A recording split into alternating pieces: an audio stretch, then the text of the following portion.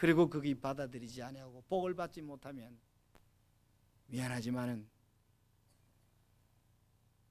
아벨을 쳐 죽이기까지 합니다. 복을 쟁취하기 위해서. 아벨은 가인의 풍요의 신 앞에 철저하게 파괴를 당하고 제물이 된 겁니다만, 그 아벨의 피 위에 하나님은 셋을 주어서 그 연결을 시켜나갔습니다. 오늘 한국교회는 이 풍요의 논리에, 이 피의 논리가 순교를 당하는 꼴이 되어 있습니다마는, 오늘 SFC, 현재의 SFC가 이제 어느 방향으로 갈 것인가 생각할 때 우리가 피를 쏟아야 된다는 놀라운 말씀을 성경은 우리에게 요청하시는 것입니다. 이북은 50년 동안 하나님 없는 철저한 유물주의 사상으로 하나님을 무시하고 가인이 마치 아벨을 죽이듯이 남한을 공격했습니다. 그리고 그 속에 사는 기독교를 철저히 공격했습니다. 남쪽은 어땠습니까? 남쪽의 교회와 남쪽의 사람들의 생각은 어땠습니까? 동일합니다. 자본주의 동일합니다. 소비주의의 사상으로 신령한 피의 재물을 농락시킵니다. 풍요의 신을 더 강조합니다. 가인의 재물을 더 좋아합니다. 여러분, 누군가가 아벨처럼 피를 쏟아서 순교를 각오하고 주님의 이 복음을 가르쳐 주어야 될 때가 왔습니다. 그런데 오늘 한국교회가 아벨의 재물을 좋아하지 않는 것 같아요.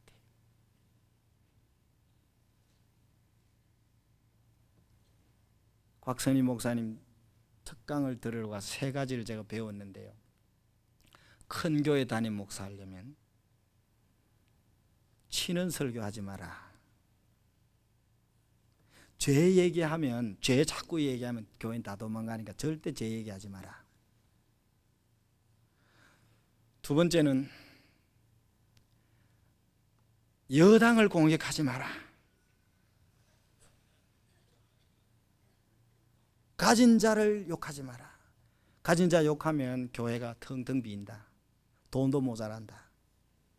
그런 두 가지만 이야기하고 세 번째는 너무 미안해서 얘기를 못 하겠습니다. 여러분 깜짝 뒤로 넘어질 것 같아요.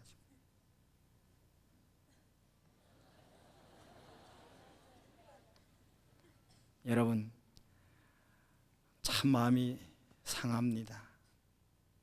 참 마음이 상합니다.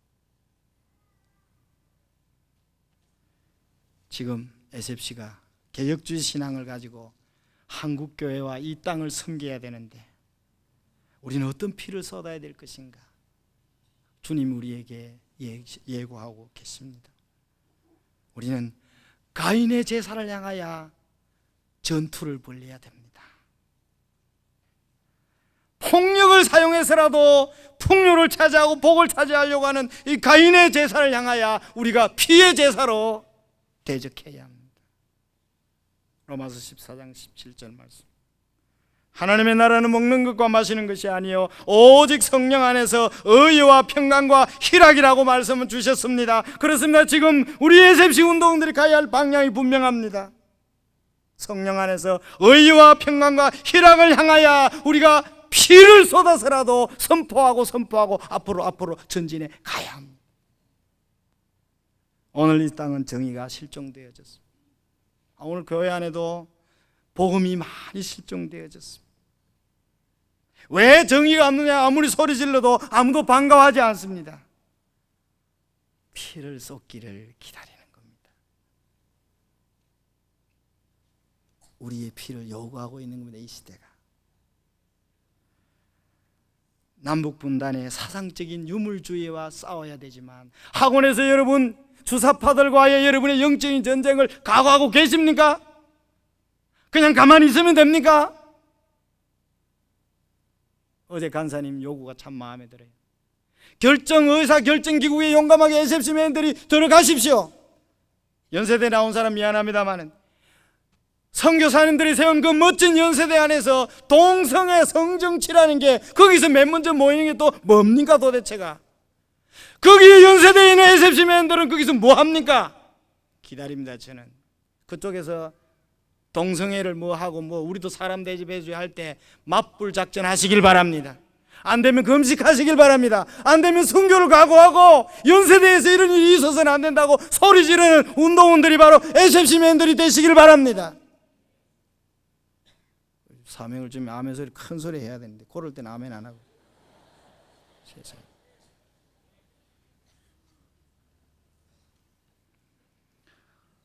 유물주의 사상과 SFC가 피를 쏟아서 싸워야 합니다.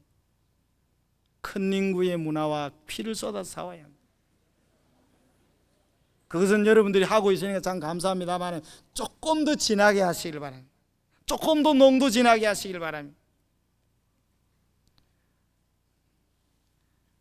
그리고 세대 차이와 이 타락의 문화, 이 성의 문화, 이 더러운 탕자 문화와 우리가 피를 쏟아서 대적하고 전투하고 대안을 제시하고 참 평안을 가르쳐주고 용서받고 사는 참 즐거움을 우리가 선포하려면 피를 쏟아야 해요.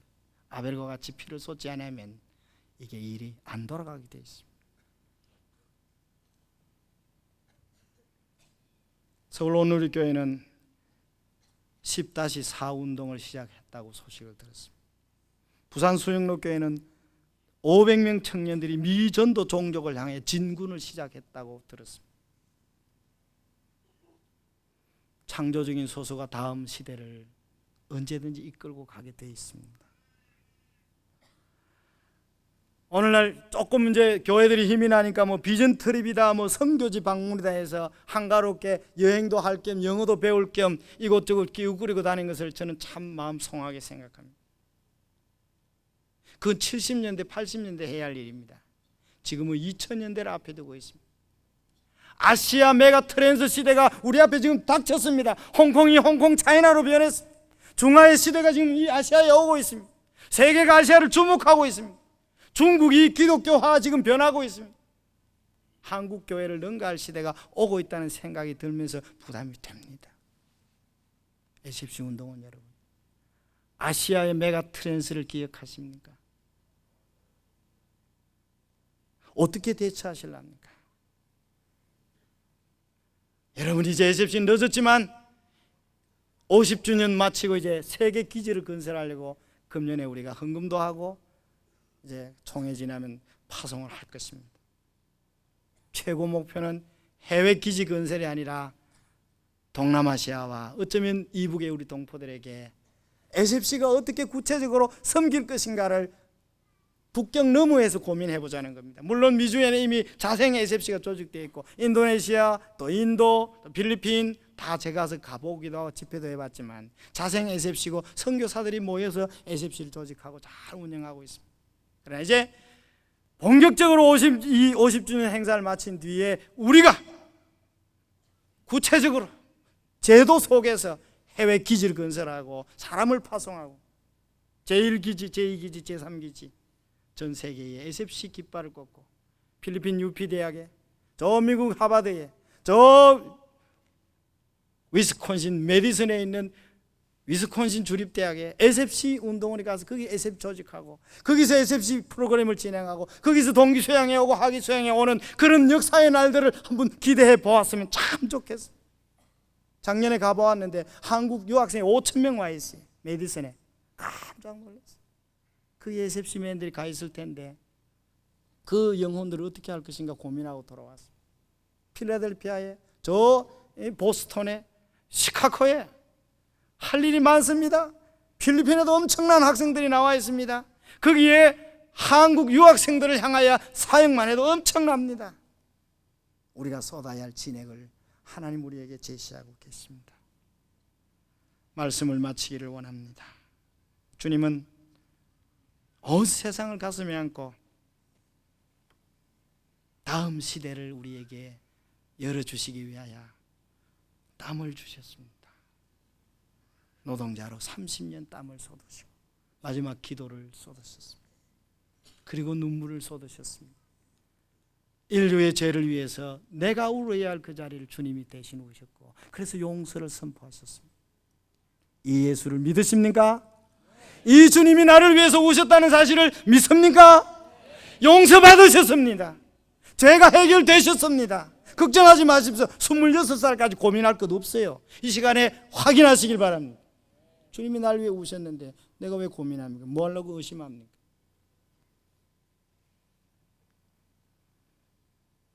국민학교 5학년짜리가 너무 교회를 열심히 다니니까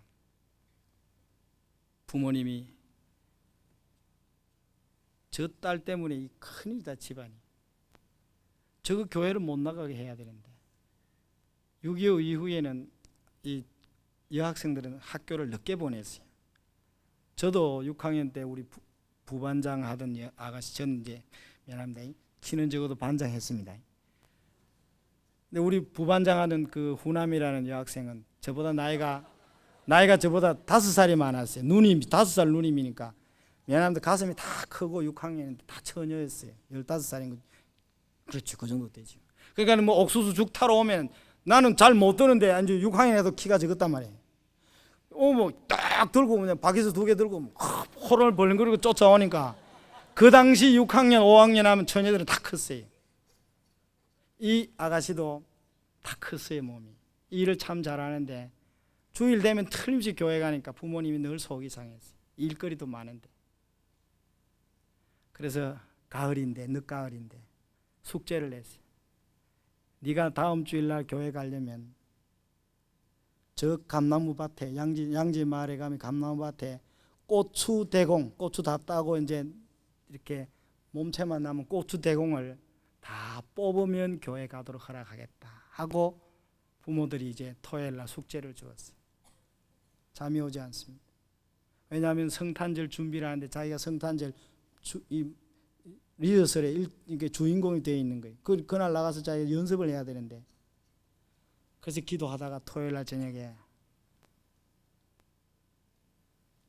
텃밭에 나갑니다. 그러면서 밤새도록 그 고추 대공을 뽑습니다. 고추 나무라 그러지. 뽑아본 사람은 아실 거예요. 참 잘 안 뽑아집니다. 뿌리가 아주 진하게 굳어 있습니다. 그리고 또 바짝 마르기 때문에 훨씬 손이 아픕니다. 6망인데 1항이 6일항인데 아침에 이제 주일날 아침 새벽인데 부모가 일찍 출발하려고 눈을 떠서 딸방을 보니까 신발이 없어요. 요는 벌써 도망갔구나 하고 교회로 뛰어가니까 전사님 교회 안 왔다는 거예요. 그래서 아차 싶어서 숙제 내준 그 밭에 뛰어갔더니 하얗게 서리가 내렸습니다. 11월 달 말인데. 그런데 그 고추밭 1항이 새 1항 반이 뽑혀져 있습니다. 쭉 가지런히 고추나무가 뽑혀져 있는데 거긴 뭔가 하나가 누워 있습니다. 그래서 헐레벌떡 뛰어가서 보니까 막 숨이 떨어졌습니다. 이제 다 식어 왔기 때문에 식은 데는 된 서리가 하얗게 이제 묻었고 눈하고 코하고 요 입 주위만 따뜻하니까 마지막 식어가는 곳이니까 서리가 녹아 있습니다. 근데 그 얼굴이 그렇게 평화스럽습니다. 근데 그 앞지라기는 온통 피칠입니다. 근데 손이 뼈가 다 나왔습니다. 그걸 뽑는다고. 어머니는 그 아이를 부둥켜 안고 웁니다. 네가 믿는 하나님이 어떻게 이렇게 좋은데 얼마나 좋은지 이렇게 손이 뼈가 나오도록 교회 가기 위해서 네가 이런 일을 할 수밖에 없더냐. 네가 믿는 예수 나도 한번 믿어보자. 아버지 띄우고 의성김씨 집성촌인데 그 아버지가 종손입니다. 할아버지 띄우고 동생 띄우고 작은집 띄우고 사촌 띄우고 온 마을 사람들이 눈물바다가 되고 네가 죽은 이 자리에 기념 예배당을 짓자. 그리고 온 가족이 그 집안 의성김씨가 몽땅 개종을 했던 이야기가 선교 초기에 있었던 이야기입니다. 그 집안의 자손 동생 가운데 장로도 있고 목사도 있는데 우리 교단에 있습니다. 여러분, 한편의 드라마 같은 이야기지만 이런 땀과 눈물을 쏟을 수 있는 믿음의 동력자들이 정말 요구됩니다. 이북 통일은 하나님이 주셔야지 중국도 안 되고 미국도 안 되고 일본도 안 될 줄 믿습니다. 하나님이 주셔야 됩니다. 우리가 기도해야 됩니다. 우리가 울어야 합니다. 우리가 피를 쏟아야 됩니다. 유물 사상과 싸워야 됩니다. 먼저. 그리고 오늘 우리 자본주의가 하나님 앞에 가인의 제사를 요구하는 이 교회의 이 세속화와 우리 SFC가 싸워야 합니다. 때로는 피를 쏟을 각오를 하셔야 합니다. 땀을 쏟으시고 울고 눈물을 쏟으시고 안 되면 목숨을 내대고 피를 쏟아서 이 세대들, 이 조국과 앞으로 세계를 향하여 우리가 땀을 쏟고 눈물을 쏟고 피를 쏟기를 주님은 기다리고 계십니다. 사랑하는 운동원 여러분, 나 하나 예수 믿고 구원받는 데서 멈추지 마시기를 바랍니다. 이웃을 보시길 바랍니다. 조국을 보시길 바랍니다. 세계를 향하여 땀과 눈물과 피를 각오하시기를 간절히 바랍니다. 우리 이 시간에 210장 찬송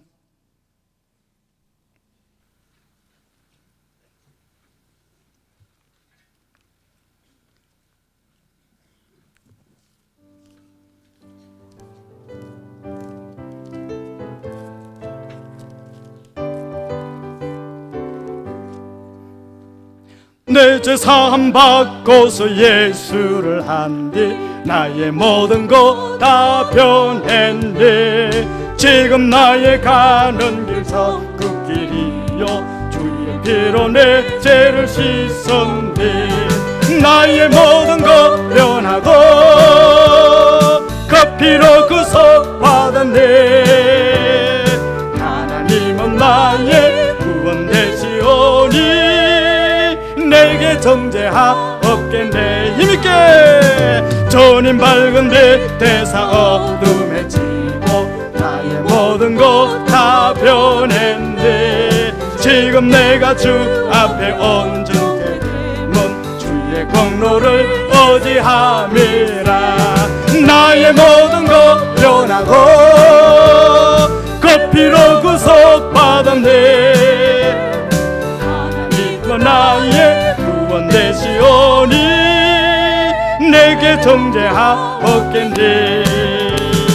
내게 성령이 하고 거신 사랑 나의 맘에 가득 채우며 모든 공포 내게서 물리치시니 내 맘 항상 주 안에 있도 아멘. 나의 모든 것 변하고 그 피로 구속받았네.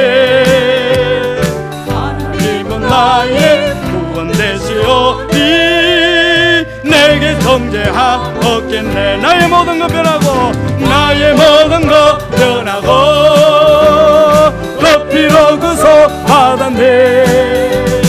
하나님은 나의 구원 되시오니 내게 정죄하옵겠네. 일어서서 내 죄 사함 받고서 예수를 한뒤 나의 모든 것 다 변해. 지금 날 가는 길 지금 날 가는 길 천국길이여 주의 피로 내 죄를 씻어. 나의 모든 것 변하고 아멘. 그 피로 구속받았네.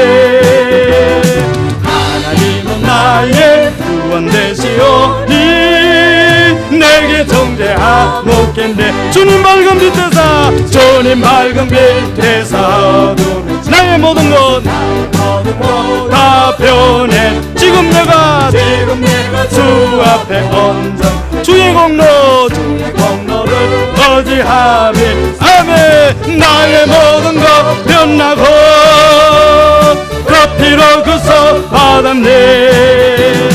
하나님은 나의 구원 되시오니 내게 정죄하옵. 내게 성령이 임하고 내게 성령이 임하고 거룩하신 사랑 나의 맘에 가득 채우 모든 공포 내게서 물리치시니 내 맘 항상 그 안에 있고 나의 모든 것 변하고 그 피로 구속받았네. 하나님은 구원 되시오니 내게 정죄함없겠니. 이 시간에 세 가지 주제를 우리가 정리하면서 합심해서 우리 깊이 기도합시다. 옆 사람 손을 잡고, 하나님이 우리 에셉시가 이 현재에 어떤 고난을 각오해야 됩니까? 주님이 우리에게 이시하신 이 세 가지 고난의 삶을 살기를 원하나이다. 이 시간에 결심하고 능력을 달고 기도하시기를 바랍니다. 우리의 땀을 투자하고 우리의 눈물을 투영하고 우리의 피를 쏟는 세월을 우리에게 달라고 기도하시길 바랍니다. 우리 주님을 부르면서 주여! 주여! 주여! 주여! 에셉시를 불쌍히 여겨 주옵소서. 주여! 우리 에셉시가 함께 손을 잡았나이다. 다음 세대를 가슴에 안고 50년을 가슴에 안고 다음 세대를 가슴에 안고 주여! 이 시간 저희들이 왔나이다. 우리가 어디로 가야 됩니까? 우리가 어디로 가야 돼? 어떤 방향으로 가야 됩니까? 우리에게 땀을 주시고 우리에게 눈물을 주시고 우리에게 피를 다하여 주옵소서. 주여! 우리 에셉시 운동원들 우리가 가야 할 방향을 정하여 주시옵소서. 주여! 감당하게 하소서. 온전히 감당하게 하소서. 주여! 우리의 갈 길을 인도하여 주옵소서. 우리가 갈 길을 인도하여 주옵소서. 우리의 갈 길을 인도하여 주옵소서. 주여! 감사합니다.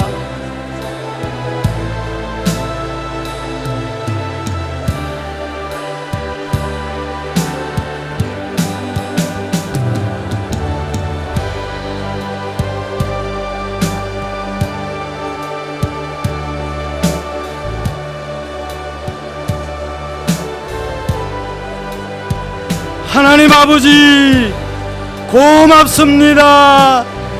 이제 에셉시 50년을 앞을 바라보고 우리에게 땀을 요구하시니 감사를 드립니다.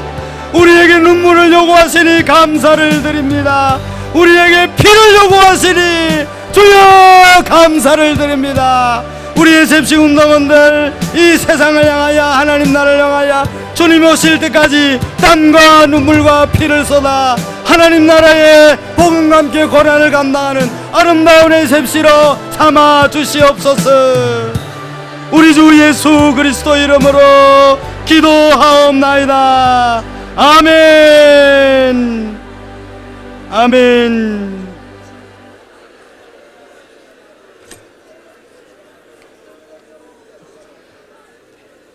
김만우 목사님, 일대 간사하셨던 목사님 나오셔서 오늘 우리를 위해 축복 기도해 주시겠습니다.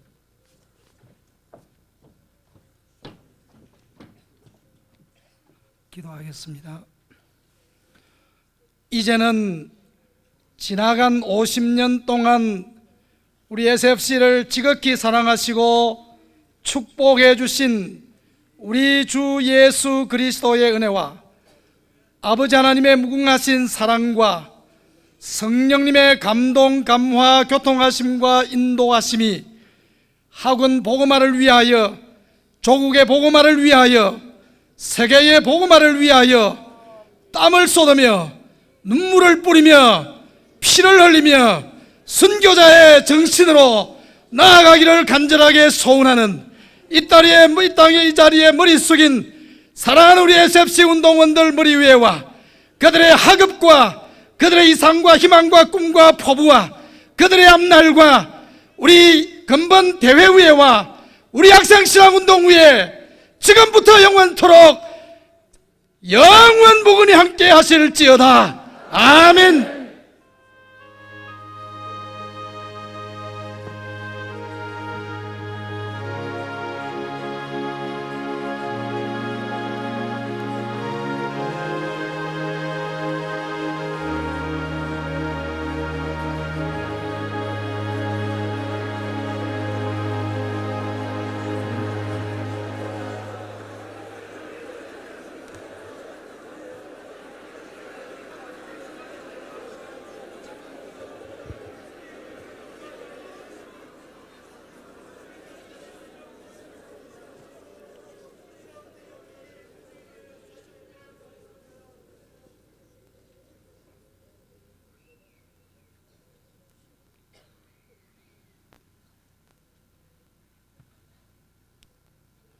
자리에 다 앉으시죠.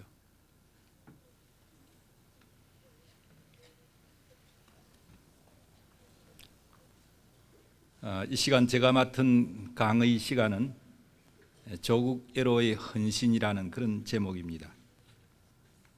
우선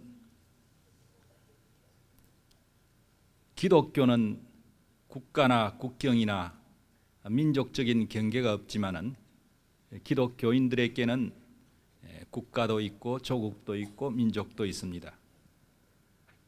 우리가 그것을 우선 분명히 할 필요가 있습니다. 기독교인들이 갖고 있는 민족관이나 조국관은 다른 사람들이 갖고 있는 그러한 조국관이나 민족관과는 다릅니다. 다른 많은 사람들은 폐쇄적인 조국관이나 민족관을 갖고 있습니다. 그래서 자기 조국을 위해서 또는 자기 민족을 위해서는 다른 나라나 다른 민족을 압박하거나 침략할 수 있다고 생각합니다. 그러나 우리의 기독교인들은 열린 그러한 민족관, 조국관을 갖고 있기 때문에 하나님께서 우리 민족을 사랑하고 우리 조국을 사랑하는 것과 같이 다른 민족과 다른 국가도 사랑한다는 그런 자세를 항상 갖고 있기 때문에 우리는 하나님 앞에서 공존하고 협력하고 돕는 그런 국가관이나 민족관을 갖고 있는 것이 사실입니다. 성경에 보면은 앞서간 많은 선인들이 자기 민족을 위해서 어떠한 자세를 가졌던가 저는 우선 4가지로 정리해 보았습니다. 첫째는 무엇보다도 자기 민족을 위해서 또 조국을 위해서 기도하는 자세였습니다. 아직 국가가 형성되기 전 아브라함은 자기 이웃을 위해서 소돔성을 위해서 기도한 사실이 보입니다. 여러분들이 잘 아는 바와 같이 소돔성이 멸망하기 전에 의인 50명이 있으면 어떻게 하시겠습니까? 해서 의인 10사람까지 있으면 멸망하지 않겠다는 하나님의 약속을 받아냈습니다. 기도하는 자세였습니다. 뿐만 아니라 포로 가운데 있던 다니엘은 자기 조국이 있는 예루살렘 그쪽을 향해서 창을 열고 하루에 3번씩 기도했다고 했습니다. 과거에 믿음의 선인들은 자기 조국과 민족을 위해서 먼저 기도하는 자세를 가졌습니다. 에스겔서 3장에 보니까 두 번째로 하나님 앞에서 자기 조국을 생각하고 민족을 생각하는 그리스도인들은 우선 의를 외치고 불의를 깨우치는 그런 사명을 가졌다고 했습니다. 어떤 죄인이 범죄해서 그 범죄로 말미암아 죽음을 당하게 될 때 하나님께서는 분명히 말씀하셨습니다. 그 죄인은 자기 죄로 말미암아 죽겠거니와 그러나 그 피값은 회개를 외치지 아니한 너희들에게서 찾겠다고 분명히 말씀하셨습니다. 에스겔 3장 16절 이하에 나타나 있습니다. 그 말씀에 따라서 기독교인들은 또 그리스도 안에서 자기 조국을 생각하는 사람들은 마땅히 민족의 죄악을, 조국의 죄악을 깨우칠 책임이 있습니다. 오늘 여기에 계신 여러분들 이 책임을 감당하고 있는지 한번 반성해 주시기 바랍니다. 우리 이웃이, 우리 민족이 이렇게 멸망해 갈 때에 그 책임을 외치지 아니한 너희들에게서 그 피값을 찾으시겠다고 하시는 하나님의 음성을 들으시길 원합니다. 세 번째는 성경에 보니까 한 사람의 의인이 되기를 요구하고 있습니다. 아까 아브라함은 소돔성 멸망을 앞두고 의인 10사람이 있어도 이 성을 멸하지 않겠다는 하나님의 약속을 받아냈습니다.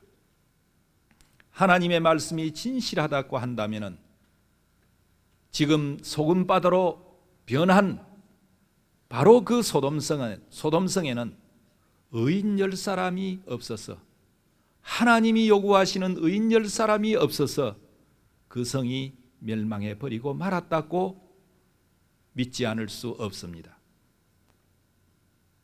예레미야 5장 1절 이하에 보니까 하나님께서는 예레미야를 통해서 이렇게 말씀하십니다. 이 넓은 거리 예루살렘 거리를 다니면서 공의를 찾고 진리를 행하는 자 한 사람이라도 있는지 찾아봐라. 그러면 그 한 사람으로 인해서 이 넓은 성, 넓은 거리, 이 예루살렘을 용서하겠다고 했습니다. 그러나 그 예언이 있은 후 얼마 안 되어서 예루살렘 성은 바빌로니아 군대에 의해서 함락되고 말았습니다. BC 586년입니다. 예레미야 선지는 눈물의 선지자요, 조국을 향해서 민족을 위해서 눈물을 많이 흘린 선지자였습니다. 그가 지금의 이락이라고 할 수 있는 그 바빌로니아 군대를 맞아가지고 BC 608년경부터 시작해서 약 20여 년간 간헐적으로 유다를 공격하는 이 바빌로니아 군대를 두고 하나님께서는 국방의 요체가, 나라를 구하는 요체가 의인 한 사람이 있는 것이다 라고 이렇게 말했습니다. 여러분들이 진정 조국을 위하고 민족을 위한다고 한다면 의인 한 사람이 되십시오. 100만의 군대보다도 하나님께서는 그 한 사람의 의인을 위해서 그 민족, 그 조국을 용서하시고 축복하실 것이라고 확신합니다. 오늘 이곳에 계시는 여러 SFC 후배님들, 조국을 위하는 길이 다른 길이 아닙니다. 민족을 위하는 길이 다른 길이 아닙니다. 정말 내가 하나님 앞에서 한 사람의 올바른 의인이 되느냐, 하나님이 요구하시는 한 사람의 의인이 되느냐, 거기에 우리 조국과 민족의 관건이 달려 있습니다. 우리나라에서는, 더구나 부산 같은 데서는 그런 위기의식을 거의 갖고 있지 않습니다마는 해외에서 온 사람들의 얘기를 들어보면 다른 데서는 한국에 곧 전쟁이 일어난다는 그런 얘기들을 더러더러 한다는 말을 들었습니다. 그러나 우리는 염려할 것 없습니다. 이 가운데서라도 한 사람의 의인이 있다면 하나님은 그 한 사람의 의인을 위해서라도 이 나라를 지켜주실 것으로 확신하기 때문입니다. 성경에는 또 자기 조국과 민족을 위해서 고난에 동참하라고 요구하고 있습니다. 우리가 모세의 사적을 보면은 모세는 바로의 공주의 아들이라 칭함을 거절하고 이 세상에 잠깐 누릴 그 연락을 거절하고 자기 백성과 더불어 고난받기를 즐겨했다라는 말이 있습니다. 바로 조국과 민족을 향해서 새로운 결단을 하려는 우리 후배들, 민족의 고난에 동참하는 이 자세를 가져야 합니다. 모세, 젊은 모세가 아닙니다. 지금 40세가 지났고 되었으니까 젊다고는 할 수 없겠습니다만은 그 당시 나이로서는 젊었다고 밖에 표현할 수밖에 없는 이 모세가 왕자의 영화와 왕자가 누릴 수 있는 많은 혜택, 여러분들의 표현대로 한다면 많은 기득권을 포기하고 그는 애굽 민족의 종살이를 하는 히브리 민족을 위해서 고난받기를 더 즐겨했다고 했습니다. 이게 바로 조국과 민족을 향해서 우리가 가져야 할 그러한 자세가 아닌가 말할 수 있습니다. 왕후의 신분으로서 자기 민족이 포로의 땅에서 죽임을 당할 그런 위기에 처했을 때 에스더가 취했던 것이 바로 일신의 영화와 일신의 안녕을 피하고 그는 자기 민족을 위해서 위험한 그 사지로 들어가게 되었습니다. 당시 그 나라의 풍속으로서는 임금이 부르지 아니하였는데 왕후가 나간다든지 왕후가 지 맘대로 임금 앞에 나아가면은 임금이 호를 들지 아니하면은 그 왕후는 아주 위험하게 됩니다. 죽임을 당할 수도 있습니다. 그런데 자기 오빠 혹은 삼촌 되는 모르드게라는 사람이 와서 유다 민족이 하만이라는 사람의 관계에 의해서 다 멸절되었다는 사실을 통보해 주었습니다. 그리고 그는 말했습니다. 네가 만일 이때 잠잠하면 유다 민족은 다른 데로 말미암아 구원을 받을 수 있겠거니와 나와 너 이 집안은 멸망하게 될 것이다. 너를 왕후의 위치에 둔 것은 바로 이때를 위함이 아니라고 누가 장담하겠느냐, 이렇게 말했습니다. 그때 왕후 에스더는 임금이 부리지 아니하면은 아니해서 나아가면은 대단히 위험하다는 궁중의 의전을 무시하고 죽으면 죽으리라 하는 각오를 가지고 민족의 고난을 위해서 자기 몸을 던졌습니다. 그 결과 유다 민족은 구원함을 얻게 되었다는 사실을 알 수 있습니다. 한 사람의 이 헌신적인 그리고 한 사람의 고난을 무릅쓴 이 용기 있는 행동이 고난에 대한 참여가 민족을 구할 수 있는 그런 일을 행하였던 것입니다. 우리가 성경을 보면 대체로 이러한 네 가지 패턴의 민족과 조국을 위한 행동을 볼 수 있습니다. 오늘 여러분들에게 저는 이것을 권하고 싶습니다. 여러분들이 정말 조국을 위한 헌신을 하고자 합니까? 기도하십시오. 외치십시오. 그리고 한 사람의 의인이 되십시오. 나아가서 민족의 고난에 동참하십시오. 그것이 성경이 가르치는 민족과 조국을 위한 헌신이라고 얘기할 수 있습니다. 오늘 제가 여기 오니까 저는 사실 오늘 저녁에 이런 주제를 얘기하면서 북한에 있는 우리 동포들을 좀 돕자, 이것이 바로 이 시대의 고난에 동참하는 길이다 라고 하는 얘기를 하려고 했는데 주최 측에서 역사적으로 우리 기독교인들이 조국을 위해서 어떻게 헌신했는가를 얘기해 주는 것이 더 좋겠다는 요청을 받았습니다. 그래서 간단하게 그것을 좀 정리해 드리고자 합니다. 우선 네 가지로 정리를 하겠습니다.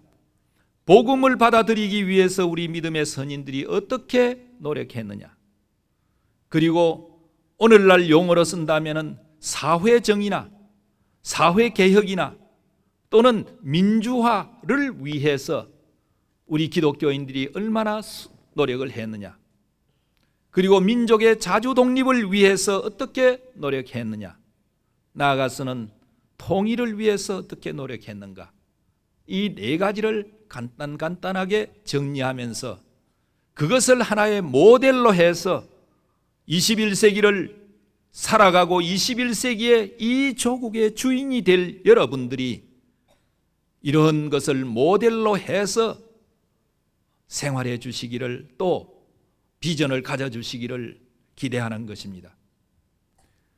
우선 이 땅에 복음을 전하기 위해서 우리의 많은 선인들이 노력을 했습니다.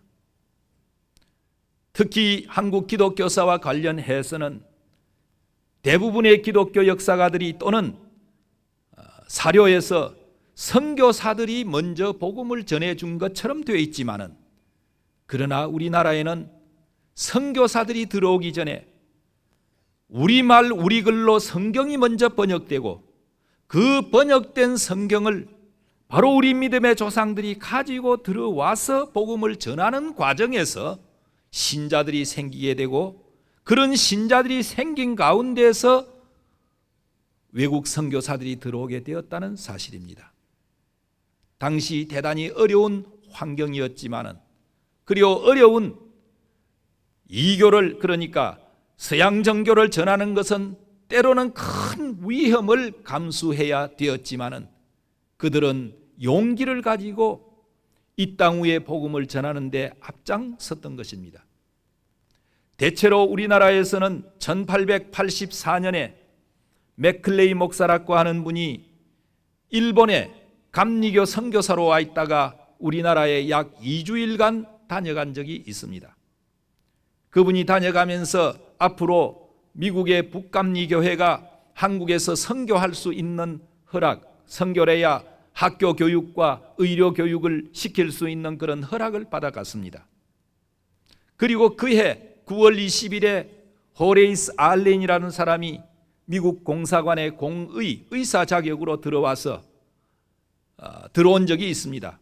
이 사람은 미국 북장로 교회에서 파송한 의료 선교사였습니다. 한 사람은 2주일간 있다가 나가고 한 사람은 의료 선교사로 왔지만은 그가 몇 년 동안 있으면서도 복음을 전하는 데는 거의 기여하지 못했습니다. 뒷날 언더우드 아펜젤라 선교사들이 들어왔을 적에 그는 그 후배 선교사들에게 가능한 한 복음을 전하지 말고 침묵을 지키도록 요구를 했습니다. 이걸 가지고 본다면 그는 거의 복음을 전하지 못했던 사람으로 그렇게 말할 수 있습니다.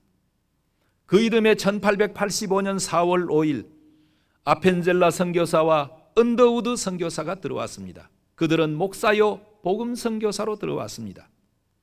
대체로 한국 교회사는 그때부터 한국의 선교가 시작되었다고 얘기하고 있습니다.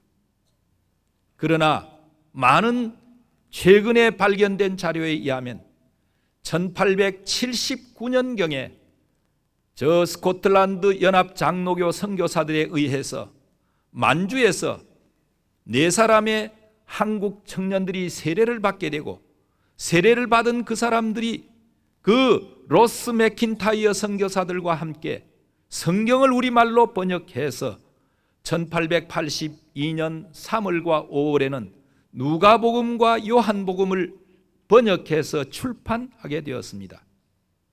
출판한 성경은 일본을 통해서 1883년에는 부산과 대구에서 전파되고 있었습니다. 일부는 만주에서 직접 한국으로 들어왔습니다. 들어올 적에 아주 비밀리에 가지고 들어왔습니다. 의주와 평양과 황해도 소래와 그리고 서상륜이라는 사람에 의해서는 서울에까지 가지고 들어왔습니다. 서상륜이 서울에 도착한 것은 대체로 1883년 초로 이해되고 있습니다.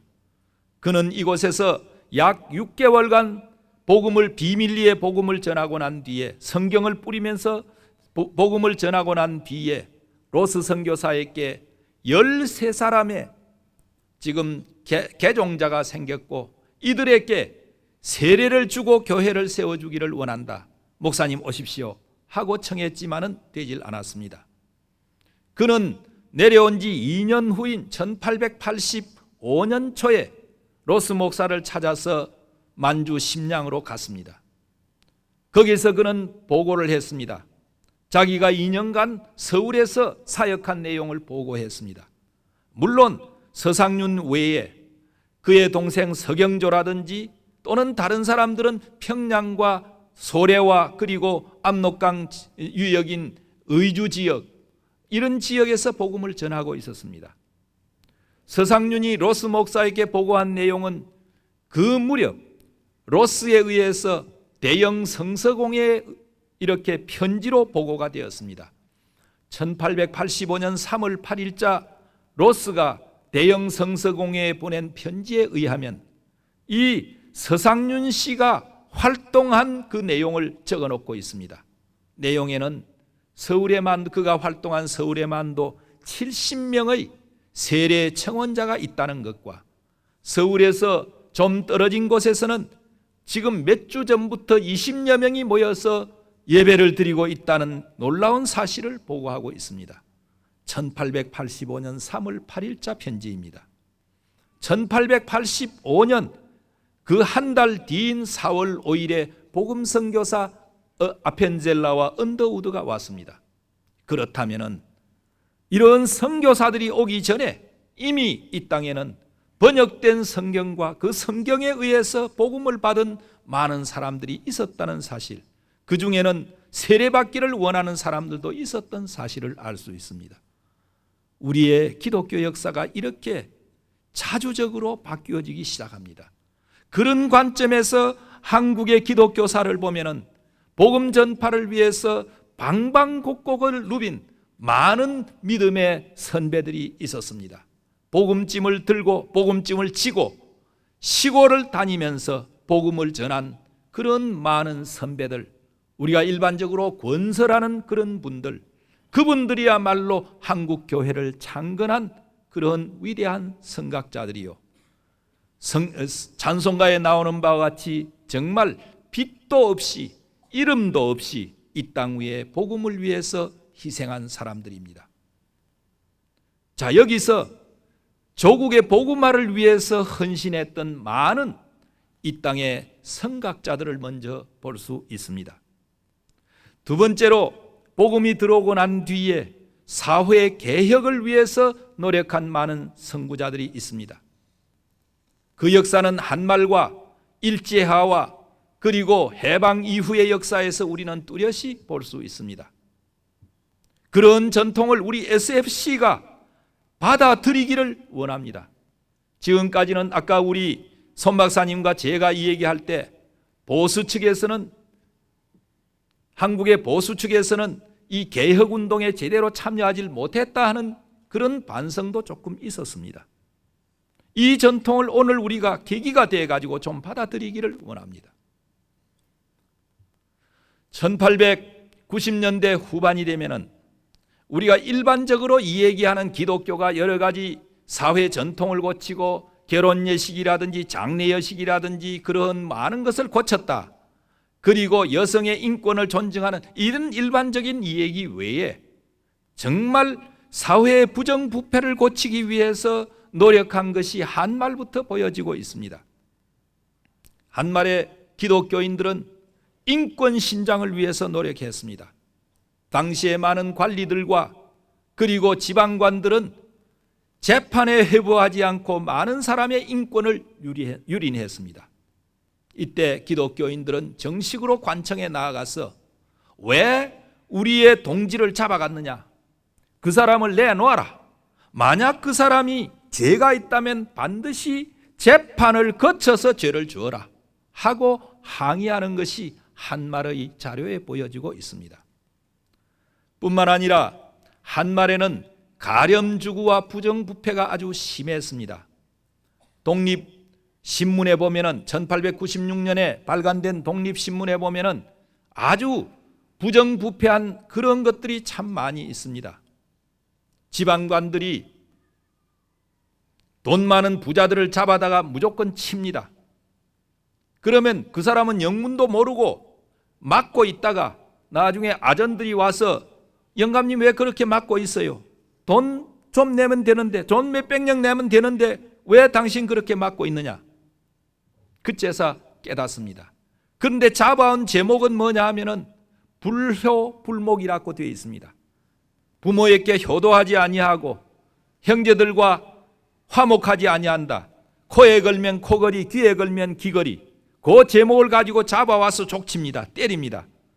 아전들이 와서 좀 내놓으라 하면은 그제서 실컷 맞고 내놓습니다. 독립신문은 이 얘기를 했습니다. 그 관원들이, 지방관들이 수백리 수십리 떨어져 있는 그 부자의 불효불목한 그런 행동을 어떻게 아느냐? 특별히 알아서가 아니다. 특별한 견문이 있어서가 아니다. 동녹슬 밝은 눈이 먼 데 있는 돈 구멍을 밝히 보았기 때문에 그 사람들을 잡아다가 치는 것이다. 이렇게 얘기를 했습니다. 애매하게 맞는 사람들이 많았습니다. 그것은 다시 말하면 관리들의 부정부패가 그렇게 심했다는 것입니다. 그런데 기독교인들이 복음을 듣고 난 뒤에 그 말씀대로 실천하기 위해서 그들은 그런 부정부패한 관리들에게 의연히 맞서게 되었습니다. 1901년, 1902년에는 황해도의 윤덕영이라고 하는 대신이, 참 원로 정치인이 황해도 관찰소로 갔습니다.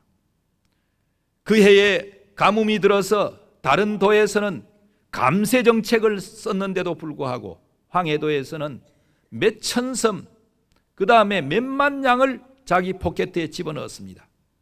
이것을 본 기독교인들이 윤덕영 감사에게 항의를 했을 뿐만 아니라 중앙정부에도 이것을 고발하기 시작했습니다.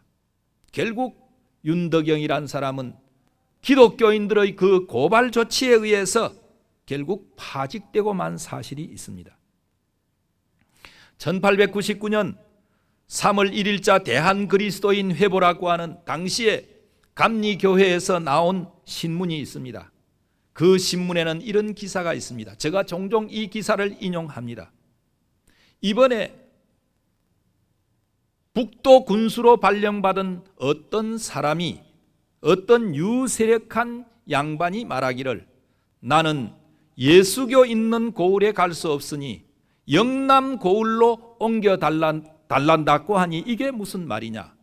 우리 교는 하나님을 공경하고 사람을 사랑하는도라 어찌 추호나 그런 일을 행하겠느냐? 그러나 만약 그 양반이 무단히 백성의 생명과 재산을 빼앗을 지경이면 그것은 용이하게 빼앗기지 아니할 터이니 이 사람의 갈 수 없다는 것이 이 까닭인 뜻, 이렇게 적어놓은 글귀를 보았습니다. 내용을 풀이하자면 그렇습니다. 그 당시에는 가렴주구가 심한 반면 그리고 매관매직 현상도 많았습니다. 세도가에게 돈을 주어가지고 한 자리 얻었습니다. 아마 서울에 있는 유세력한 이 양반도 몇 년 동안 세도가에게 줄을 대가지고 돈을 대가지고 임명을, 아마 북도 고을에 임명을 받은 것 같습니다. 너무 좋아서 가기 전에 그 북도 고을에 그 고을의 형편이 어떤지, 그 다음에 가서 얼마나 해먹을 수 있는지 조사를 해봤습니다. 하는데 앞불사 큰일이 하나 났습니다. 예수교가 벌써 거기에 들어가 있다는 것입니다. 그때만 해도 예수교인들 부정부패 항거한다 하는 것이 많이 벌써 들리고 있을 때이니까 이 사람이 자기를 임명한 관청에 왔습니다. 나는 예수교 있는 고을에는 가기 싫소. 예수교 없는 영남 마을로 이렇게 옮겨주시오 라고 요구했다는 것입니다. 이것을 보고 이 기사는 그 당시에 나온 황성신문, 일반신문이라고 할 수 있는 황성신문에도 여기까지는 기사가 있습니다. 대한 그리스도인 회보 이 신문 기자는 거기에다가 아까 말한 대로 코멘트를 달았습니다. 우리 교는 하나님을 사랑하고 하나님을 공경하고 사람을 사랑하는 도라 어찌 추호나 그런 일을 행하겠느냐? 그러나 만약 이 양반이 무단히 백성의 생명과 재산을 빼앗을 지경이면 그것은 용이하게 빼앗기지 아니할 터이니 이 양반에 갈 수 없다는 것이 이 까닭인 듯하다. 여러분들 어떻습니까? 그 당시 우리 기독교인들이 아직 1899년이라면 제가 낸 통계에 의하면 10,000명이 채 되질 않습니다. 우리나라 인구가 대체로 1200만 정도가 되어갈 때입니다. 1900년대 가면은 1200만 정도가 됩니다. 그러면 10,000명에 1200만, 200만 띄버리고 10,000명에 10,000,000명, 1000명 가운데 한 사람의 기독교인이 있을까 말까 할 그때 우리 선배 기독교인들은 자신은 물론 부정을 행하지 않지만은 관리들의 그 서슬프는 권력 하에서 이루어지는 부정부패에 대해서 항거를 했던 것입니다. 여러분들 지금과 한번 비교해 보십시오. 지금 우리나라는 어떻게 되어 있습니까? 1984년 한국 기독교 100주년이다라고 할 적에 벌써 인구의 4분의 1, 25%가 기독교인이다 하는 얘기가 나왔습니다. 4사람 가운데 한 사람이 기독교인이다 하는 얘기가 나왔습니다. 지금은 성장이 둔화되었다 하지만은 사실은 지금도 그 25% 내외를 유지하고 있는 것이 사실입니다. 뿐만 아니라 한국의 기독교인들은 초기부터 교육에 아주 열성을 쏟았습니다. 한국에서 교육의 열성을 쏟는 것은 이제는 기독교인뿐만이 아닙니다. 길을 쓰고 대학에 가려고 하는 것은, 교육을 받으려고 하는 것은 아직도 한국에서는 교육이 신분 상승, 사회적 지위를 변화시키는 가장 첩경이기 때문에 지금도 그것을 선호하고 있는 것입니다. 기독교인들이 일찍부터 교육에 열심이었기 때문에 그 자녀들이 사회적 신분 상승, 그리고 그들의 이 사회적인 기득권이랄까, 이걸 일찍부터 얻었던 것이 사실입니다. 그래서 요즘은 어떻게 되어 있습니까? 대통령도 기독교인이요, 총리도 기독교인입니다. 역대 총리 거쳐간 사람 가운데 기독교인들이 상당히 많습니다. 국무위원들 가운데도 마찬가지입니다. 그래서 한국에서는 이렇게 지위가 높은 지위, 갈수록 기독교인들의 퍼센테이지가 높습니다. 지금 15대 국회입니까? 국회가 열렸을 적에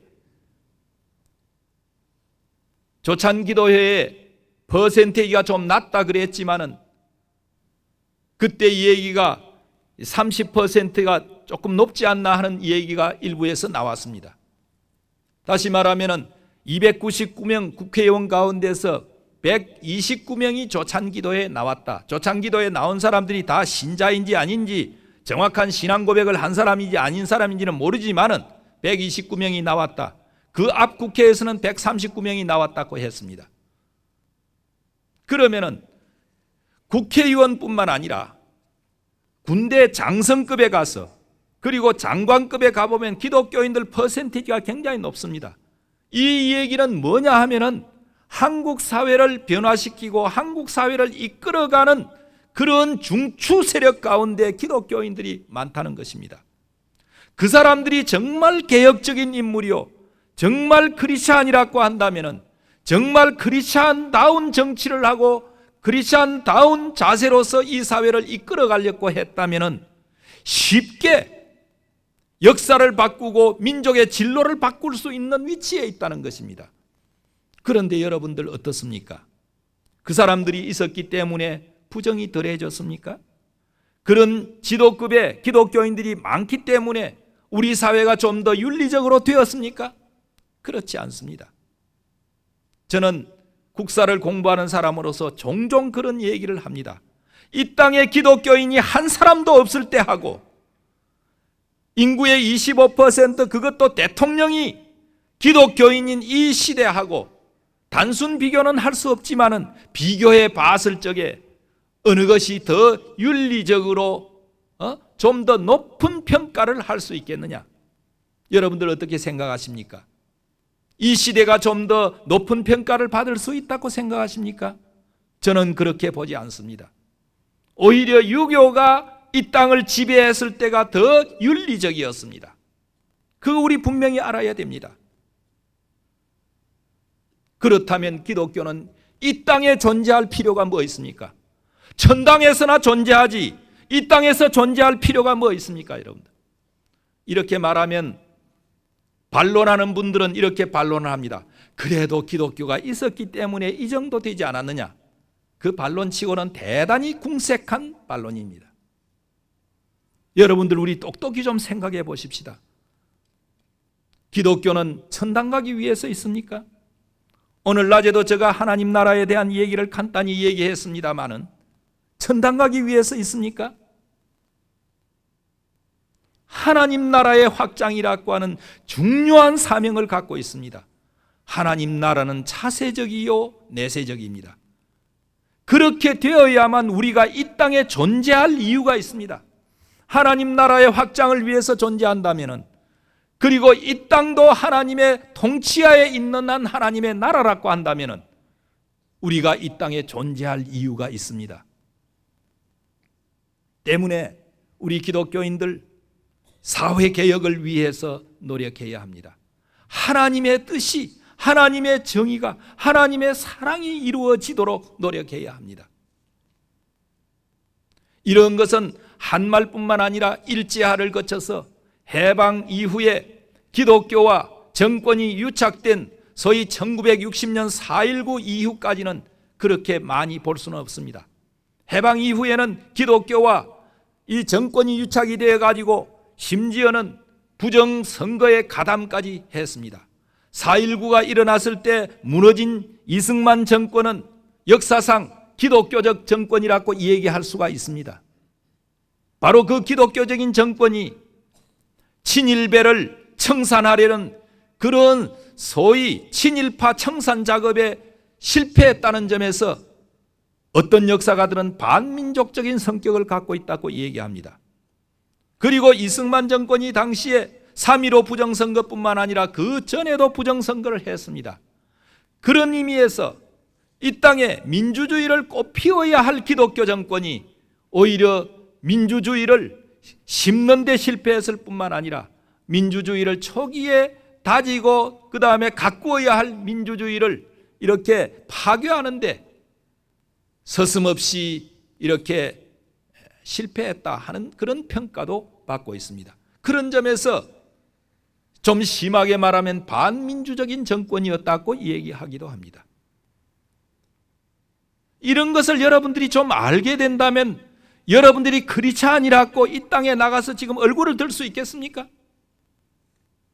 대통령이 장로라고 해서 여러분들이 얼굴을 들 수 있겠습니까? 지금 조금이라도 책임의식을 갖고 있다면 그런 생각을 할 수 없을 것으로 생각합니다. 그러나 군사정권이 들어서고 난 뒤에 한국의 진보적 기독교인들이 군사정권과 맞서면서 군사정권의 그 반인권적이고 반민주적인 그런 일들에 앞장서서 싸웠습니다. 그런 걸 통해서 소위 민중신학이라고 하는 것을 탄생시켜 놓았습니다. 제가 아까 민중신학에 대해서 그 내용에 동의하지 않는 것이 있지만은 그러나 역사적으로 한국에서 그런 상황 속에서 한국 그리스도인들이 정말 그런 상황의 문제의식을 가지고 신학을 탄생시켰다는 그런 점에서 저는 높이 평가한다. 교회사가로서 저는 높이 평가한다는 얘기를 했습니다. 소위 복음주의권에 있다는 사람들, 보수주의권에 있다는 신학자들이 민중신학이라고 한다면 그저 못 잡아서 못 때려잡아서 야단을 치고 안달을 하고 있습니다마는 그것은 잘못된 생각입니다. 저는 민중신학의 내용이 다 옳다고도 생각지 않거니와 그리고 동의하지 않는 부분도 많이 있습니다. 우리가 분명히 알아야 될 것은 정말 복음주의권에 있는 사람이라고 한다면 개혁주의권에 있는 사람들이라고 한다면 민중신학이 제기했던 그 문제를 어떻게 우리가 복음주의적으로 또는 개혁주의적으로 소화해 나갈 수 있던 것인가 또는 대안을 제시할 수 있는 것인가 하는 것이 중요합니다. 민중신학자들이 문제를 해결하기 위해서 제가 이런 비유를 가끔 합니다. 문제를 해결하기 위해서 나무에 올라갑니다. 올라가면은 소위 이 땅의 보수주의자라고 하는 사람들이 하는 게 뭐냐 하면 그 올라가는 사람들 발목 잡고 끌어내리고 그 사람들 옷 뺏기고 빤스 뺏기는 그 일밖에는 한 것이 없습니다. 잘못된 것입니다. 그들이 제기한 문제 분명히 있습니다. 이 땅에. 그렇다면 개혁주의자라 한다면 진정한 복음주의자라 한다면 복음주의적인 입장에 서서 개혁주의적인 입장에 서서 그들이 제기한 문제를 대안을 제시해내야 합니다. 대안적인 신학을 내야 하는 것이지 그것은 잘못되었다 발목 끄집어내는 그 자세는 잘못되었다 하는 것입니다. 그 사람들이 정말 민주화를 위해서 애를 썼던 것을 알 수 있습니다. 그쳐달라는 지금 신호가 왔기 때문에 이거 5분 전에 신호 준다고 했어요. 삐삐. 5분 있다가 제가 5분 내로 맞춰야 되겠는데 지금 두 개도 채 얘기를 못했는데 제가 5분 내에 마치도록 어떻게 할까요? 조금 더 들으시겠습니까? 세 번째는 민족의 독립을 위해서 애쓴 것입니다. 한말 일제하의 얘기가 되겠습니다. 다른 어떤 그룹보다도 기독교 그룹이 기독교 선각자들이 이 민족의 독립과 항일 운동에 앞장섰던 것을 알 수 있습니다. 하나만 제가 예를 들겠습니다. 한말 1905년에서 1910년 사이에 일본에게 먹히지 않기 위해서 성각적인 많은 기독교인들이 나라를 지키기 위해서 애쓴 것, 여러분들이 그 시기의 역사를, 한국 기독교사를 보면 1907년에 대부흥운동이 있었다 하는 것만 알지 다른 것은 거의 모를 것입니다. 그러나 그때 많은 사람들이 그때 기도하기 시작했습니다. 울부짖으면서 나라를 위해서 기도합니다. 새벽 기도회가 언제 시작한 줄 아십니까? 1906년부터입니다. 누가 시작했습니까? 길선주 당시의 장로, 뒷날 부흥사로 유명한 길선주 목사가 시작했습니다. 그는 1898년 독립협회 활동 가운데서 평양지회 활동을 했습니다. 뿐만 아니라 그분은 부흥운동에 앞장섰을 뿐만 아니라 뒷날 1919년 3.1운동에도 33인 가운데 한 사람으로 들어갔던 사람입니다. 1905년 당시에 예수교 공의회라고 하는 그런 장로교회 선교사들과 조사 장로들이 모인 그런 회의가 있었습니다. 1893년부터 시작해가지고 1901년에 장로의 공의회라는 이런 이름으로 모였습니다. 1905년 9월에 모인 장로의 공의회에서 길선주 장로가 그런 제안을 했습니다. 나라가 지금 어지러워지니 나라를 위해서 이번 추수감사절 이후에 전국 교회가 일주일간 나라를 위해서 기도하자 결의를 했습니다. 그런 제안을 했던 분이니까 그 이듬해 초에 자기 교회에서 새벽 기도회를 시작했습니다. 그것은 바로 나라를 위해서 기도하자는 그런 내용이었습니다. 새벽 기도회가 바로 나라 위한 기도회에서부터 시작되었다. 분명히 이해하시기 바랍니다. 그게 한국 교회의 오늘날에 와서는 하나의 독자성을 또는 독특성을 나타내는 것으로 이렇게 발전되고 있습니다마는 당시에는 나라 위한 기도회에서부터 시작했습니다. 그때 경제적으로 정치적으로 나라를 구하기 위한 많은 운동을 했습니다마는 우리의 선각자들 가운데에서는 이런 시위와 그리고 무장 활동을 통해서도 나라를 구하기 위한 그리스도인들이 많이 나왔습니다. 그 가운데 한두 개만 제가 소개하겠습니다. 소위 1905년에서 10년 사이에 나라를 구하기 위한 좀 나쁜 말로 하면 암살 행위 또는 테러 행위에 가담했던 사람들이 모두 그리스도인입니다. 저도 그 조사를 하면서 아주 놀랐습니다. 스티븐스라고 하는 미국 외교관, 우리나라의 외교 고문으로 와서 그 사람은 나중에 일본을 위해서 일본 정부가 추천해서 우리나라 외무부에 왔는데 일본을 위해서 노력만 했습니다.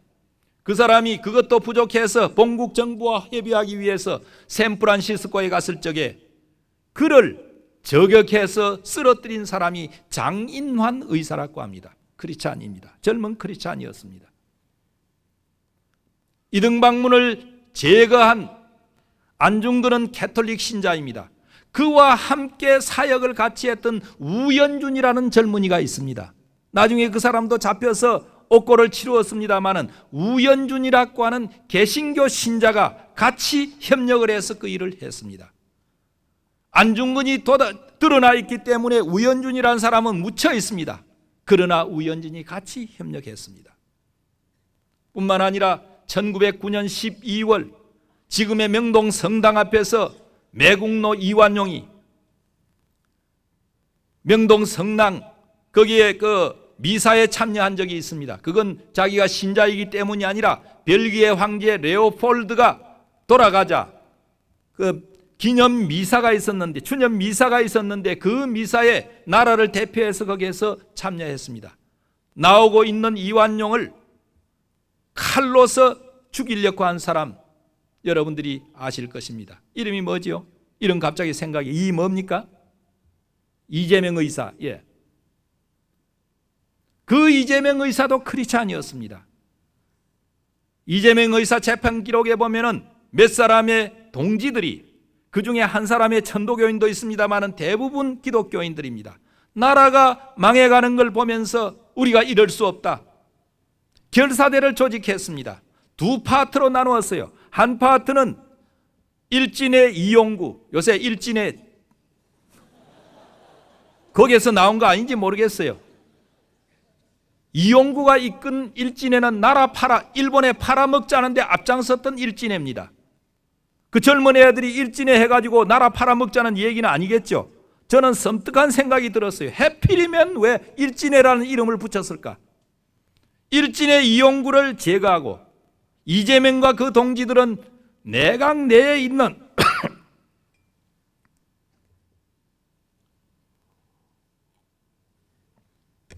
내각 내에 있는 이완용을 제거하기로 했습니다. 이재명이 그를 칼로 찌르는 동안에 이완용을 인력거로 끌고 온 박원문이라는 사람이 그걸 보고, 인력거꾼이니까 얼마나 힘이 장사겠습니까 여러분들. 그걸 보고 달려가서 뛰어놓았습니다. 그래서 이완용이 죽지는 않았습니다. 그 한두 군 예가 더 있습니다만은 모두 이렇게 기독교인들이 앞장서서 비록 폭력적인 방법이지만은 나라를 구하려고 이렇게 했습니다. 이런 전통은 뒷날 강우규 의사가 새로 부임하는 사이또 총독을 향해서 남대문역에서 폭탄을 던지는 사건이 있습니다. 강우규 여사도 노인이었지만은 기독 신자였습니다. 김상옥 의사 같은 분, 권총제비로서 이름이 높았지만은 그런 열사들이 나오고, 그 밖에 많은 무장투쟁가들 가운데서 기독교인들이 많이 나오게 됩니다. 제가 이거 하나만 예를 들고 제가 넘어가겠습니다만은, 이렇게 한말부터 시작해서 그 다음 나라가 해방되기까지 기독교인들 가운데에서는 나라를 찾기 위해서 애쓴 많은, 그래서 폐가 망신된 집안들이 많이 있습니다. 김일성도 한때는, 여러분들이 김일성의 자서전을 보십시오. 김일성도 한때는 그가 육문중학교 다닐 적에 서클 사건으로 잡혀 들어갔습니다. 잡혀 들어갔을 적에 그를 구해준 사람이 누구냐면 손정도 목사라고 하는 분입니다. 그래서 그의 자서정에는 손정도 목사에 대한 그런 기록이 많이 나옵니다. 뿐만 아니라 오늘 낮에는 제가 이 얘기를 했습니다마는 신사참배 반대 투쟁도, 그것이 일제의 천황신 숭배를 강요한다는 것에 반대한다는 점에서는 우상 숭배, 여기에 대한 항거가 될 수 있습니다. 또 그렇게 우리가 부르기를 원합니다. 그러나 당시 신사참배 강요가 일제의 우리 민족에 대한 민족 말살 정책의 하나로 나왔다면, 하나로 그렇게 전개된 것인데, 민족 말살 정책에 대한 반대로 나왔다면 그것은 바로 민족운동의 성격을 갖고 있다고 얘기할 수 있습니다. 한상도 목사님이 살아계실 적에 제가 그런 개설서를 써가지고, 바로 신사참배 반대 투쟁은 한편으로는 신앙의 순수성을 지키기 위한 운동이면서 또 한편으로는 민족운동적 성격을 갖고 있다, 이러이러한 점에서 갖고 있다 하고 증정을 했습니다. 봤는지 안 봤는지 모르지만은 거기에 대한 아니요 또는 이요 라는 대답은 없었습니다. 뿐만 아니라 이런 나라를 찾기 위한 운동은 오늘날에도 이 민족의 자주성을 지키기 위한 기독교인들의 많은 노력으로 연결이 되고 있습니다. 끝으로 제가 통일운동 관계만 이 얘기를 하겠습니다. 아까 해방 이후에 한때 기독교가 정경유착이 되어서 오히려 정권의 하수인으로 노력하다가 군사정권 이후에 와서 인권과 민주화를 부르짖었다는 얘기를 했습니다. 그러면서 기독교와 그 다음에 이 정권 사이에는 굉장한 긴장이 많이 있었습니다. 그러나 1970년대를 거치면서, 유신 정권을 거치면서 기독교회가 깨달은 하나의 진리가 있습니다. 그것은 민주화를 위해서는 이 분단을 극복하지 않으면 안 되겠다 하는 그런 깨달음입니다. 그 얘기는 뭐냐 하면은, 당시의 민주화를, 인권을 또는 평등 문제를 기독교가 계속 제기하면서 이 군사정권과 대결을 하고 있는데, 그때마다 군사정권이 내세우는 논리가 뭐냐면 안보론이었습니다. 국가의 안보를 위해서는 인권도 제약을 받아야 하고 민주주의도 제약을 받아야 하고 어떤 경우에는 독재도 합리화시키고 그랬습니다. 왜? 국가 안보를 위해서. 국가 안보는 어디로부터 안보냐? 저 미국이나 일본으로부터의 안보냐? 그게 아니야. 휴전선 북쪽으로부터의 안보였습니다. 그 말은 뭐냐면 이 나라가 분단되어 있기 때문에 그랬다는 것입니다. 민주화를 위해서, 인권을 신정하기 위해서, 사회 정의를 위해서 그것을 좀 더 발전시키려고 한다면 결국 분단을 해소하지 않으면 안 되겠다.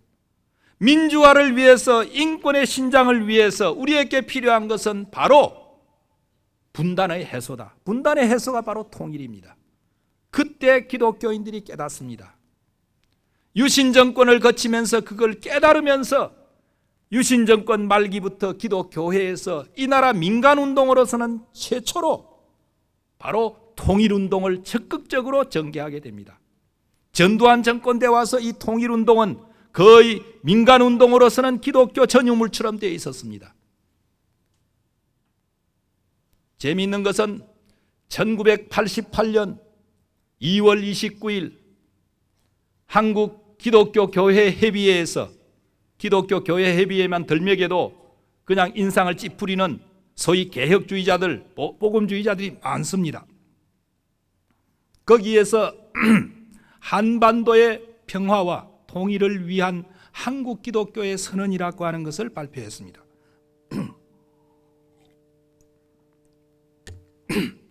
그 선언 가운데는 대단히 중요한 것들이 많이 있었습니다.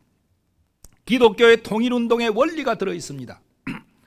당시까지 통일운동의 원리는 7.4 공동성명에 나타난 그 원리밖에 없습니다. 자주, 그 다음에 평화, 민족 대단결의 원칙, 이 세 원칙밖에 없었습니다.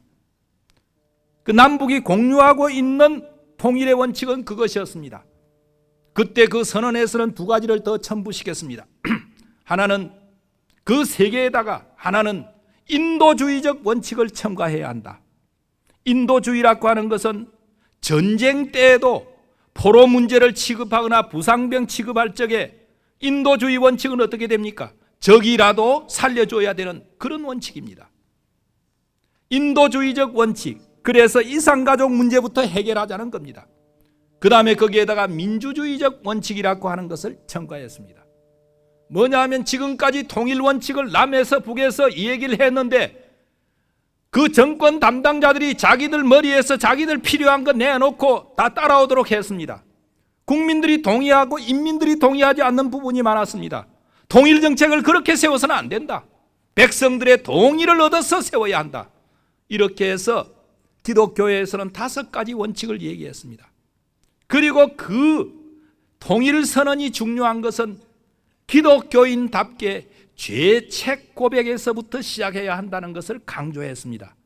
다른 데서는 상대방을 찌르고 상대방을 비난하는 데서부터 시작했지만은 우리 기독교인들의 통일 원칙은 바로 죄책 고백에서, 그 죄책 고백은 분단이 죄라는 것, 이걸 우리가 의식하지 못했던 것, 상대방을 향해서, 형제를 향해서 미워하고 그 다음에 적대의식을 품었던 것, 이것 다 우리 하나님께 먼저 죄책 고백부터 하자, 이걸 강조했습니다. 그 순서는 다음에 화해의 순서입니다. 그 내용 가운데는 괄목할 내용들이 많았습니다. 그 가운데 예를 들면 비핵화를 거기에서 이야기하고 있습니다. 군비 축소를 이야기하고 있습니다. 그리고 미군 철수를 이야기하고 있습니다. 재미있는 것은 당시의 기독교회가, 지금도 그렇습니다마는 한국 기독교회가 약 95% 정도는 보수고 5%가 진보인데 95%의 한국 기독교회들이 그 선언문을 보면서 다른 건 보지 아니하고 미군 철수 그 조항만 봤습니다. 미군 철수 내용도 어떻게 써놨느냐 하면은 남북의 평화의 질서가 여기에 회복이 되고 보장이 되고, 그 다음에 외국의 여러 강대국들이 그 평화를 보장하면 미군은 이 땅에서 나가야 한다, 철수되어야 한다 하는 내용을 썼습니다. 한국 기독교 보수주의자들이 앞에 전제는 보지 않았습니다. 이 땅의 평화가 확립이 되고 외국 국가들이 그걸 보장하면 미군이 빠져나가야 된다 하는 얘기, 그 가운데서 미군 빠져나가라 하는 것만 얘기했지 다른 건 보질 않았습니다. 그래가지고 떠들기 시작했습니다. 여러분들 1988년 2월 28일 이후에 기독교계 신문을 보십시오. 요란합니다. 제가 어떤 논문을 쓰기 위해서 봤는데 기독교에 그렇게 수많은 단체가 있는 줄 처음 알았습니다. 옛날 이승만 정권 때 우이, 마이 데모하기 위해서 사람의 데모만 하는 게 아니라 소도 끌고 나오고 말도 끌고 나왔다 해서 우이, 마이 이런 얘기도 했는데 그 당시에 기독교 단체들이 난 그렇게 많은 줄 몰랐어요. 다 그냥 떠들어대었습니다. 재미있는 것은 하나님께서 난 이 일을 분명히 하신다고 생각합니다. 한국의 보수교회들이 그때 통일이라는 통자도 한번 들먹이지 않았습니다. 기껏 이 얘기한다면 북한 선교 얘기했어요. 그런데 그때부터 이 한국의 보수교회들이 통일에 대한 관심을 갖게 되었습니다. 왜? 진보주의자들의 미군 철수 그 조항 그걸 반대하기 위해서 도대체 통일 문제가 어떻게 되느냐 하고 접근을 했습니다. 놀랍게도 90년대 이후에 들어와서는 북한 독기를 비롯해서 통일 문제는 한국의 보수주의자들이 지금 주도를 하고 있습니다. 계기는 뭐 가지고? 미군 철수라고 하는 그 대목이 든 통일선언 때문에 그렇습니다. 이게 하나님의 하시는 일이 아니고 뭡니까? 놀랍게도 우리는 그런 걸 발견할 수가 있습니다. 뿐만 아니라 그 뒤에 남북 고위급 회담이 이루어지고 남북 기본조약이 맺어지고 남북의 그 비핵화 선언이 이루어졌습니다. 그 기본조약 가운데 군비 축소의 문제라는 이런 게 다 들어있습니다. 정부 간에 양정부 간에 양정권 간에 맺은 그 조약의 내용이 바로 1988년 한국 기독교의 통일선언에서 제기한 문제를 그대로 담아냈다 하는 사실입니다. 그렇다면 한국 기독교야말로 통일 문제에 있어 큰 정기를 만들어 주었다 하는 겁니다. 그리고 90년대에 와서 북한이 저렇게 어렵게 돼가자 한국 기독교회가 중심이 돼가지고 사실은 북한 돕기에 앞장서고 이것이 계기가 돼가지고 다른 종교단체, 시민단체들이 북한 돕기에 나서고 있다는 사실입니다. 이런 점에서 기독교회는 이 땅의 복음을 참 전수용하기 위해서 이 땅의 인권과 민주화를 위해서 이 나라의 자주와 독립을 위해서 그리고 통일을 위해서 지금까지 많은 노력을 했습니다.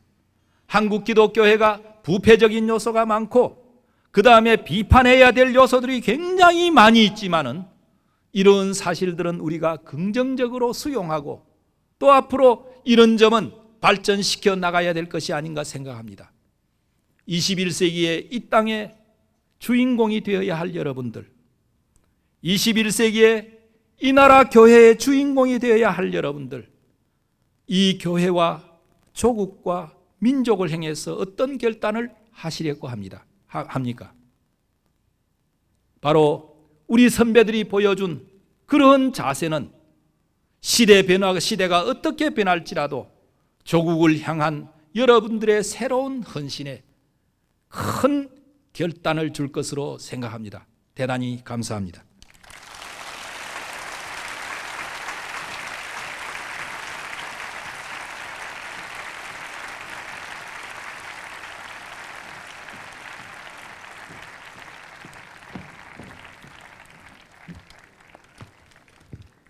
예, 이만열 교수님께 다시 한번 감사드립니다.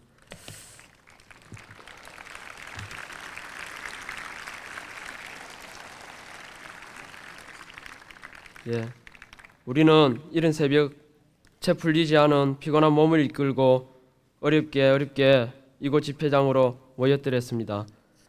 그러나 하나님께서는 너무도 놀랍고 은혜로운 약속의 말씀으로 우리를 인도하여 주셨습니다. 너는 복의 근원이 될지라.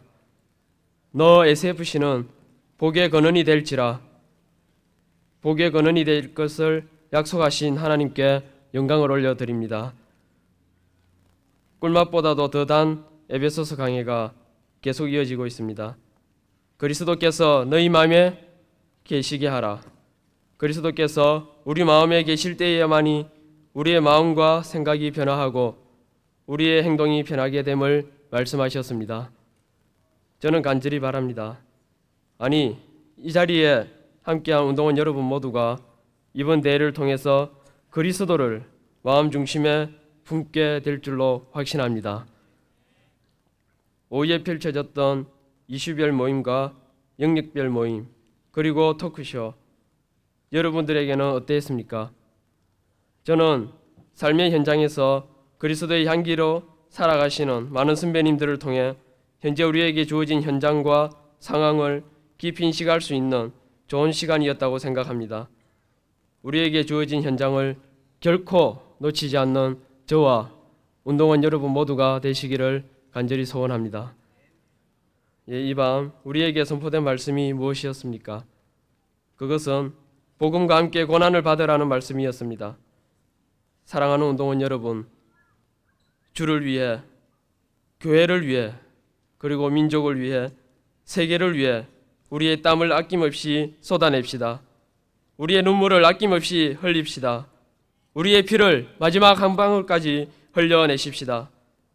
그래서 하나님께 우리의 모든 것을 바쳐드리는 SFC가 되기를 간절히 소원합니다. 예, 사랑하는 운동원 여러분, 지난밤과는 달리 저는 지금 한 가지 제목을 두고 간절히 기도하기 원합니다. 우리 모두가 한 마음으로 기도하기를 원합니다. 힘껏 외치면서 기도하기를 원합니다. 그것은 우리의 조국을 향한 기도입니다. 하나님, 이 나라 이 민족을 우리 손에 맡겨 주십시오. 썩어지고 부패하고 온갖 우상이 판을 치는 참담한 이 땅을 우리 손에 맡겨 주십시오. 그래서 이 땅의 주인은 오직 하나님 한 분이심을 선포하게 해달라고 다 같이 이 시간 기도하십시다. 다 같이 기도하시겠습니다. 하나님 아버지, 하나님 아버지, 이 민족을, 이 조국을 우리 손에 맡겨 주십시오. 아버지 하나님, 참으로 부족하고 연약한 우리이지만 하나님께서 함께 하시며 정말 이 땅을 하나님 앞에 바쳐드리겠습니다. 아버지 하나님, 이 땅의 주인이 하나님 한 분이심을 고백하기를 원합니다. 이 땅의 주인이 하나님 한 분이심을 인정하는 이 조국이 되기를 간절히 소원합니다. 하나님 아버지, 우리를 붙들어 주시고 우리를 인도하여 주십시오. 하나님 아버지, 하나님 아버지, 우리를 붙들어 주시기를 간절히 소원합니다. 아버지 하나님, 아버지,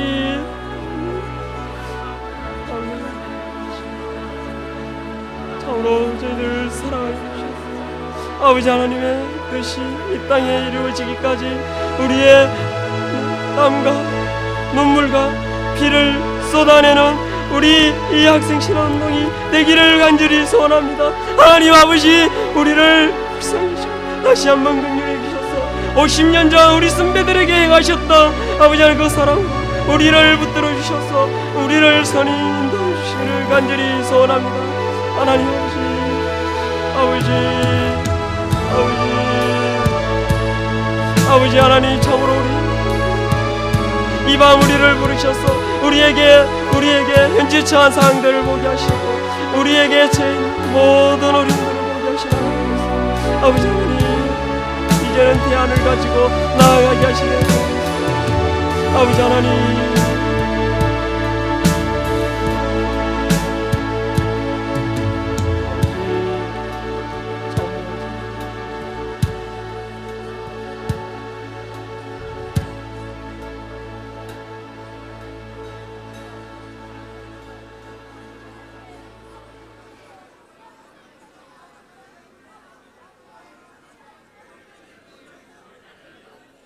예, 감사합니다. 우리의 기도에 응답하실 하나님께 영광을 올려드립니다.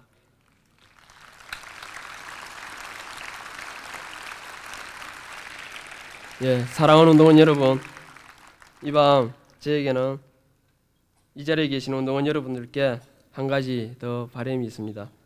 그것은 광고가 다 끝나는 그 시간까지 자리에서 떠나지 마시고 제 자리를 지켜주시는 것입니다. 예, 영상을 통해서 그리고 아름다운 멘트를 통해서 광고가 나갈 것인데 끝까지 들어주시기 바랍니다. 예, 안녕히 주무십시오. 감사합니다.